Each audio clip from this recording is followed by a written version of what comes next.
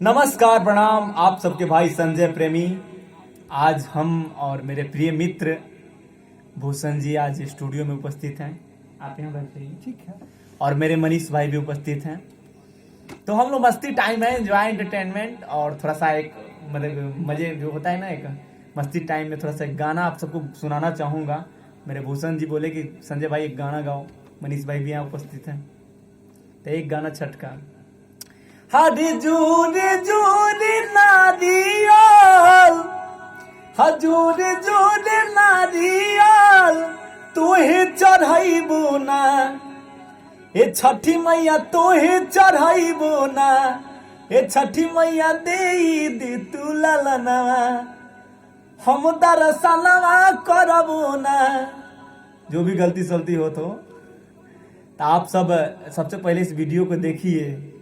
Video आप सबको अगर मिल रहा है तो एक बार कस के जोरदार एकदम बेल आइकन घंटी पर दाब के और ललका बटन कस के दबा दीजिए। हाँ, एक और गाना आप लोगों को सुनाता हूँ। कैसे में आई एक लड़की जो है वो मतलब कि एक औरत अपने पति को पहली बार नया गौना जाती है। भाव है मतलब पहली बार सुहाग रात के दिन अपने पति के समक्ष जो लड़की जाती है, तो मतलब कि ये मन में एक बात उत्पन्न होती है, जिस मन की बात को मैं आप सबको सुनाऊंगा। कैसे में आई बलम रऊरी से, अरे कैसे में आई बलम रऊरी से,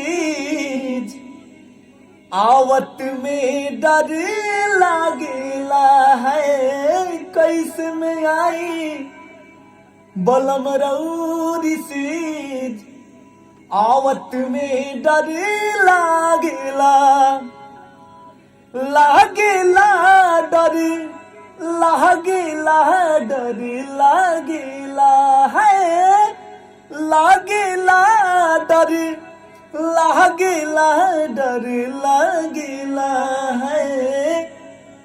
थर थर कापे, हाँ थर थर कापे भीतर से करीज, थर थर कापे भीतर से करीज, आवत में डर लागेला। अंतरा मुछिया करी रे दोनों गाल में गलेला, मतलब जो मूछ है करा रही है। मुछिया करी रे दोनों गाल में गलेला, नस नस आ जावे लहरिया उठेला, हरे कापे, हाँ कापे है, कापेला थर थर भीतर से करीज, कापेला थर थर भीतर से करीज, आवत में डर लागेला। चलिए बस इतने आशीर्वाद दी लोगन। अच्छा लगा लोग तो तंग वीडियो के शेयर मार दी, खूब शेयर मारी। हमारे गीतकार भूषण जी ने बैठल बड़े जीवन में प्रथम बार मेरे मित्र एक गाना लिखे हैं, जो गाना मैं आप लोग को शेयर नहीं कर सकता, न तभी एक कॉपीराइट मार दिए दूसर कोई गा दिया हमारे चैनल पर, हमारा गीत के लोग कॉपीराइट मार दिए। से पहले ये गाना बहुत जल्द आप सबको मिलेगा। बस आशीर्वाद दीजिए हम सब, हमारे मनीष भाई को और भूषण जी को और हमें। फिर मिलते हैं नेक्स्ट बार।